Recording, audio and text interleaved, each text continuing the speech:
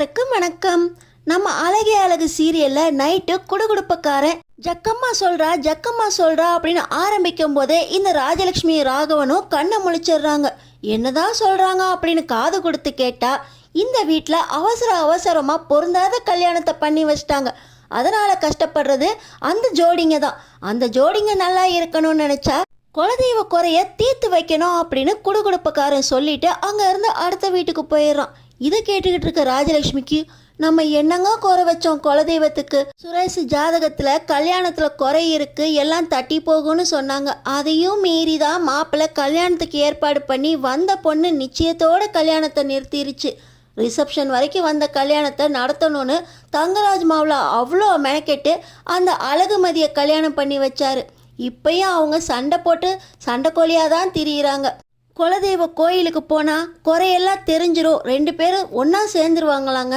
நம்ம குலதெய்வ கோயிலுக்கு போயிட்டு வந்துடுவோங்க அப்படின்னு இந்த ராஜலட்சுமி சொல்ல, ஆமாம் நாளைக்கு எல்லார்கிட்டையும் இதை பற்றி பேசிடுவோம், இப்போ தூங்கு அப்படின்னு சொல்லி ராகவனும் ராஜலட்சுமியை சமாளிச்சுட்டு நைட்டு தூங்கிடுறாங்க. அடுத்த நாள் காலையில் ஒவ்வொருத்தராக காஃபிக்காக எழுந்து வராங்க. இந்த நேரத்துலையே இந்த ராகவனும் ராஜலட்சுமியும் ஆரம்பிச்சிட்டாங்க. நம்ம குலதெய்வம் கோவிலுக்கு போயிட்டு வரணும், குடும்பமாக போகணுமா, யாரும் எந்த தடையும் சொல்லாமல் என்னைக்குன்னு சொல்லுங்கள், நாளைக்கே போயிட்டு வந்துடுவோம் அப்படின்னு இந்த ராஜலட்சுமி சொல்கிறாங்க. அம்மா நான் இப்போ தானே வேலையில் ஜாயின் பண்ணியிருக்கேன், நான் எப்படிம்மா லீவெல்லாம் போட முடியும் அப்படின்னு சொல்ல, நீ பர்மிஷனாவது கேட்டுட்டு வாடா, உனக்காக தான் குலதெய்வ கோயிலுக்கே போகிறோம், எல்லோரும் குடும்பமாக போயிட்டு வந்துடுவோம். இப்போ கோமதி வீட்டிலேருந்து வந்திருக்காங்கல்ல, அவங்களையும் கோயிலுக்கு கூட்டிகிட்டு போன மாதிரி இருக்கும். நீங்கள் போய் அந்த பார்க்கில் ஆட்டம் போட்டிங்களே அந்த மாதிரிலாம் இருக்கக்கூடாது, குடும்பமாக பக்தியோடு போயிட்டு வரணும் அப்படின்னு இந்த ராஜலட்சுமி சொல்கிறாங்க. உடனே ராகவனும் குடும்பத்தில் எல்லாரும் போகணும்னு சொல்லியிருக்காங்க, அதனால் நான் தங்கராஜ் மாப்பிள்ளைக்கு ஃபோனை பண்ணி இப்போயே சொல்லிடுறேன், நாளைக்கு அப்போ தான் ரேவதி குழந்தைங்க எல்லாத்தையும் கூட்டிகிட்டு வருவார் மாப்பிள்ளை அப்படின்னு சொல்லி ஃபஸ்ட்டு தங்கராஜுக்கு ஃபோனை போடுறாங்க.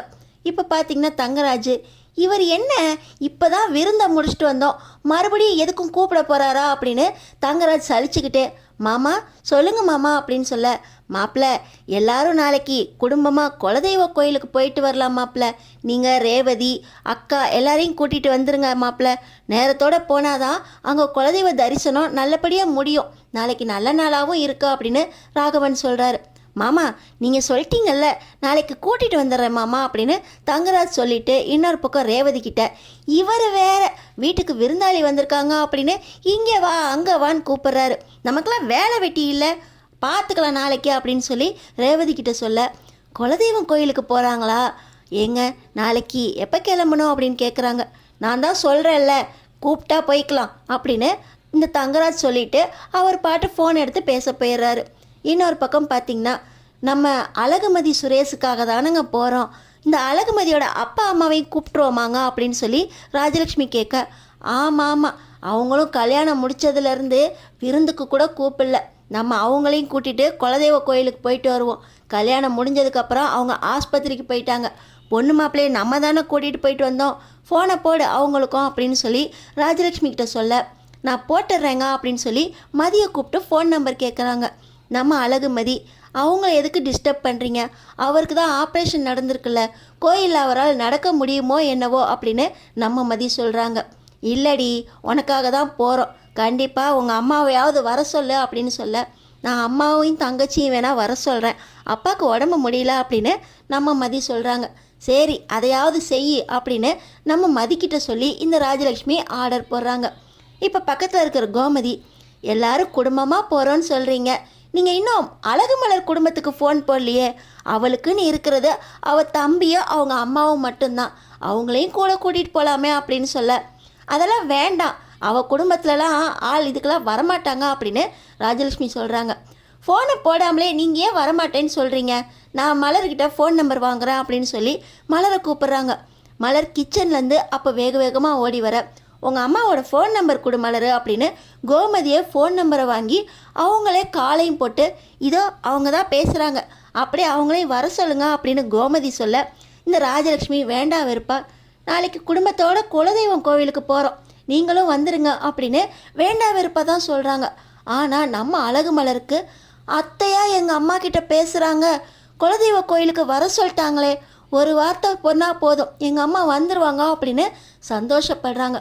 இது எல்லாத்துக்கும் காரணம் கோமதி தான் அப்படின்னு கோமதி கிட்ட தனியாக போய், உங்களால் எங்கள் வீட்டில் ஒரு நல்லது நடக்குது, உங்களால் தான் எங்கள் அம்மா கிட்ட இன்றைக்கி அத்தையும் மாமாவும் பேசியிருக்காங்க, அவங்க எங்கள் குடும்பத்தோடு ஒன்றா சேர்ந்து எந்த ஃபங்க்ஷனுக்குமே வந்ததில்லை, குலதெய்வம் கோயிலுக்கு போகிறோம் எல்லாரும் போகிறாங்கன்னு நான் எங்கள் அம்மாவையும் தம்பியையும் வர சொல்கிறதுக்காக ஏங்கிக்கிட்டு இருந்தேன். ஆனால் நீங்கள் என் மனசை புரிஞ்சுக்கிட்டு அவங்கள அத்தையை வச்சே கூப்பிட வச்சிட்டிங்க. உங்களால் எனக்கு மனசு ஃபுல்லாக சந்தோஷமாக இருக்கா அப்படின்னு இந்த கோமதியை கட்டி பிடிச்சி அழுகுறாங்க. இவ்வளோ ஏக்கத்தை வச்சுக்கிட்டாதாம்மா நீ உங்கள் அம்மாவும் தம்பியும் பார்க்காம இருந்த. நான் இருக்கேன்ல, நான் இருக்கிற வரைக்கும் உங்கள் அம்மாவையும் தம்பியையும் பார்க்குறதுக்கு ஏற்பாடு பண்ணிட்டு போகிறேன் அப்படின்னு கோமதி தைரியம் கொடுக்குறாங்க. அடுத்த நாள் பார்த்திங்கன்னா எல்லாருமே குலதெய்வம் கோயிலுக்கு ரெடியாக்கிட்டு இருக்க. குலதெய்வ கோயிலுக்கு போகிறோம். மலரு, கோவிலுக்கு கொண்டு போகிறதுக்கு வெல்லம் எடுத்துக்கிட்டியா?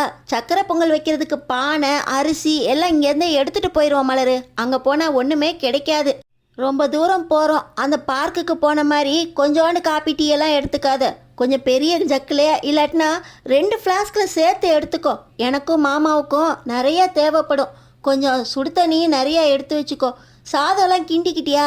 அங்கே சாப்பாடு கிடைக்குமான்னு தெரில. அந்த பொங்கலை வச்சு எனக்கும் மாமாவுக்கும் நெஞ்செல்லாம் கறிக்கும். சாப்பாடு நீ தான் செஞ்சு எடுத்துகிட்டு வரணும். நேரத்தோடு கிளம்பு மலரா அப்படின்னு சொல்ல, அதெல்லாம் சரியாக எடுத்து வச்சிட்டேன் அத்தை. நீங்கள் போட சொன்னீங்களே துணியெல்லாம் எடுத்து உள்ளே காய போடுன்னு, நான் முன்னாடியே செஞ்சு வச்சிட்டேன் அத்தை. உங்களுக்கும் மாமாவுக்கும் மாத்திரையெல்லாம் கரெக்டாக எடுத்து வச்சிட்டேன், தைலமும் எடுத்து வச்சிட்டேன் அத்தை அப்படின்னு வேக வேகமாக மலர் இந்த இடம் கிளம்ப. ஆமாம் ஆமாம், உங்கள் அம்மாவும் தம்பியும் வராங்கன்னா உன் வேலை பாரு என்ன வேகமாக நடக்குதுன்னு. போடவை எல்லாத்தையும் சொல்லி சொல்லி செய்ய வேண்டியிருந்துச்சு. இந்த தடவை உங்கள் அம்மாவை பார்க்குற ஆர்வத்தில் இவ்வளோ வேகமாக இருக்கியா அப்படின்னு இந்த ராஜலக்ஷ்மி நம்ம மலர்கிட்ட கேட்க, நம்ம மதியோட அம்மா அப்போ தான் உள்ளே வராங்க.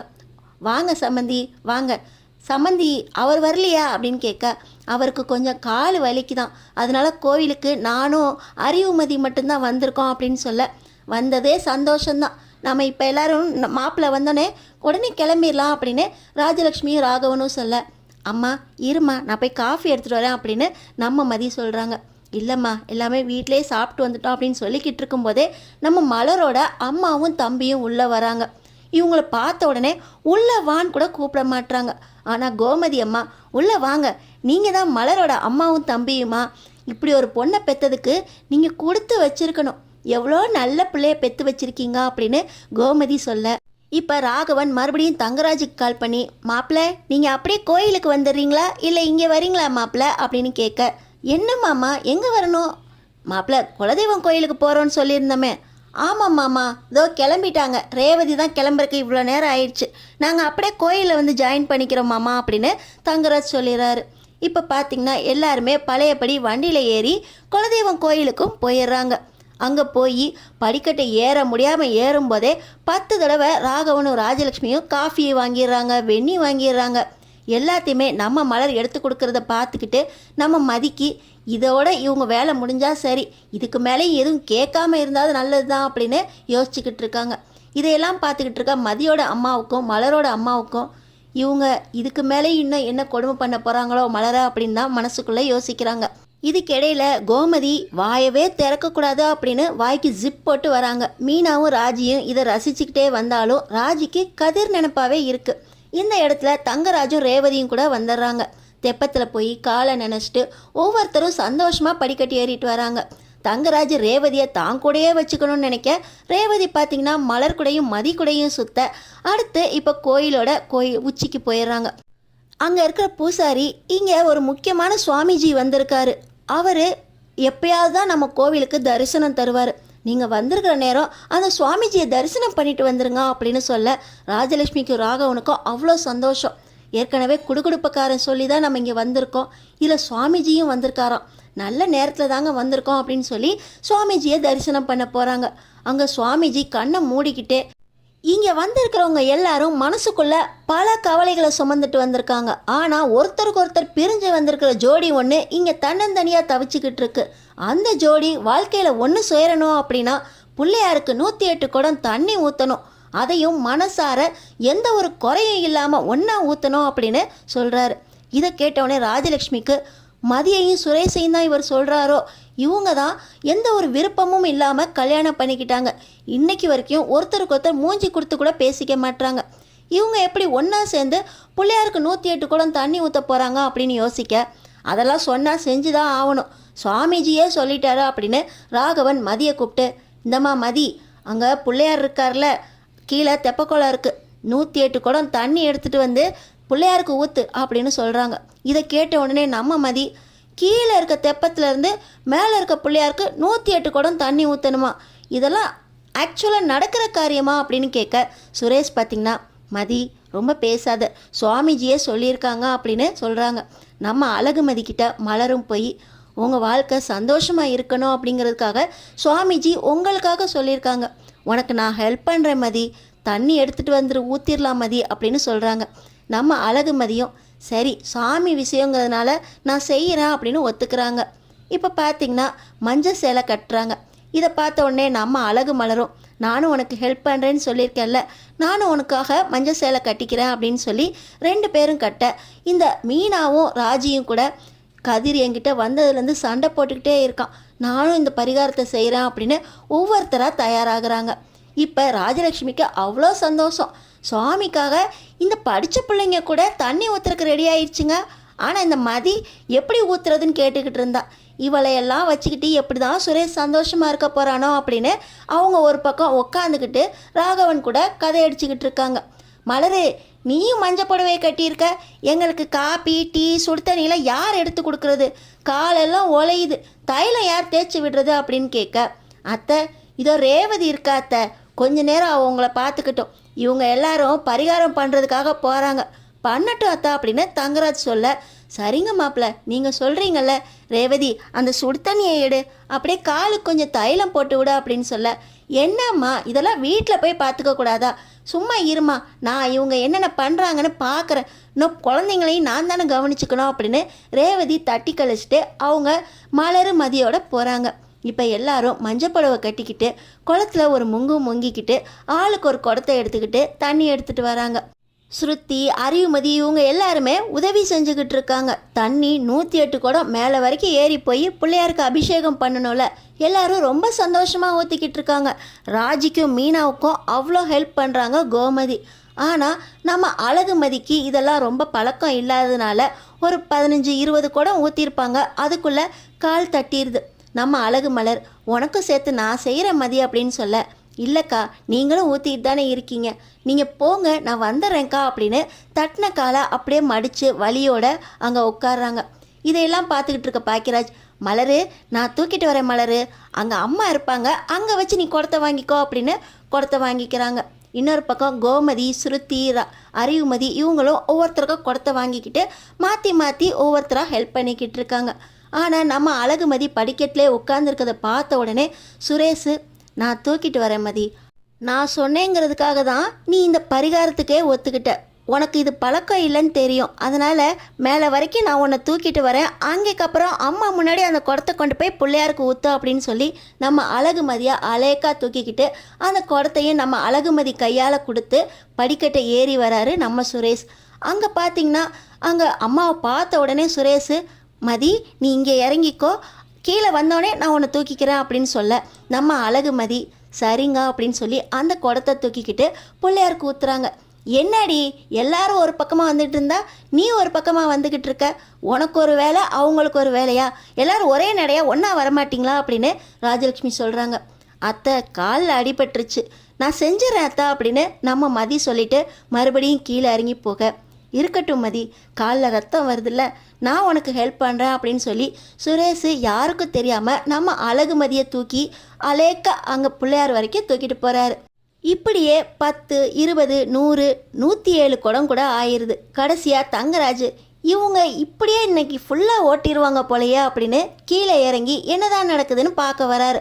அப்போ தான் நம்ம சுரேஷ் அழகுமதியை தூக்கிக்கிட்டு படிக்கட்டு ஏறி வரதை தங்கராஜ் பார்த்துடுறாரு.